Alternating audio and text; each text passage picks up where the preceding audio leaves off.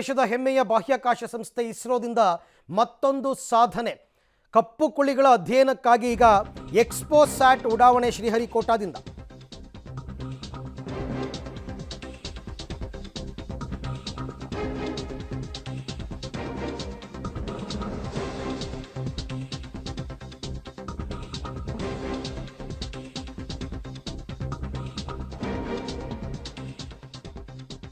ಭಾರತದ ಬಾಹ್ಯಾಕಾಶ ಸಂಸ್ಥೆ ಇಸ್ರೋ ಈ ವರ್ಷದ ಮೊದಲ ಉಪಗ್ರಹ ಉಡಾವಣೆಯನ್ನು ಇವತ್ತು ನೆರವೇರಿಸ್ತಾ ಇದೆ.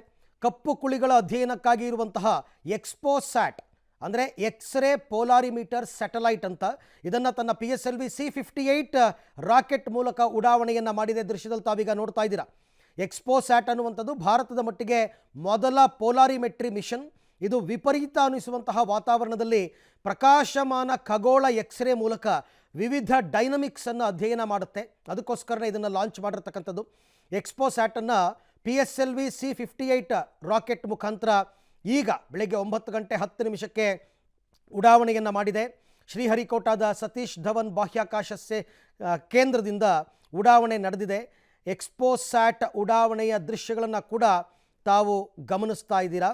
ಒಂದು ರೀತಿಯಲ್ಲಿ ಇದು ಭಾರತದ ಮಟ್ಟಿಗೆ ನಿಜಕ್ಕೂ ಕೂಡ ಇದು ಮೊದಲ ಪೋಲಾರಿಮೆಟ್ರಿ ಮಷಿನ್. ಇದು ಎಕ್ಸ್ರೇ ಮುಖಾಂತರ ನೋಡಿ. ಎಕ್ಸ್ರೇ ಅಂತಂದರೆ ಮೂಳೆಗಳನ್ನು ನೋಡೋದಕ್ಕೆ ಅಂತ ಎಕ್ಸ್ರೇ ತೆಗಿತಾರಲ್ಲ,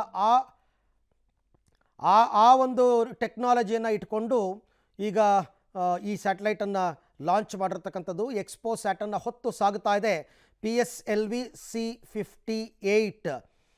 ಇನ್ನು ಆದಿತ್ಯ L1 ಏನು ಲಾಂಚ್ ಆಗಿತ್ತು ಅದು ಕೂಡ ಜನವರಿ 6ಕ್ಕೆ ತನ್ನ ಗುರಿಯನ್ನು ಮುಟ್ತಾ ಇದೆ ಅಂತಕ್ಕಂಥ ಮತ್ತೊಂದು ಖುಷಿ ಸುದ್ದಿ ಕೂಡ ಇಸ್ರೋ ಹೊರಹಾಕಿದೆ.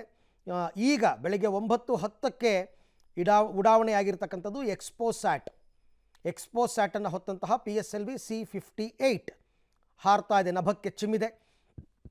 ವರ್ಷದ ಮೊದಲ ದಿನ ಈ ಸಾಧನೆಯನ್ನು ಮಾಡಿದೆ ಇಸ್ರೋ. ಇದು ಕಪ್ಪು ಕುಳಿಗಳ ಅಧ್ಯಯನಕ್ಕೋಸ್ಕರ ಇರತಕ್ಕಂಥ XPoSat X-ray polarimetry satellite. For the strap-on is 70 seconds and the core motor for 109 seconds. इस समय यान अपने अधिकतम गतिक दाब से गुजरता हुआ प्रथम चरण का कुल प्रज्वलन काल 110 सेकंड का होगा.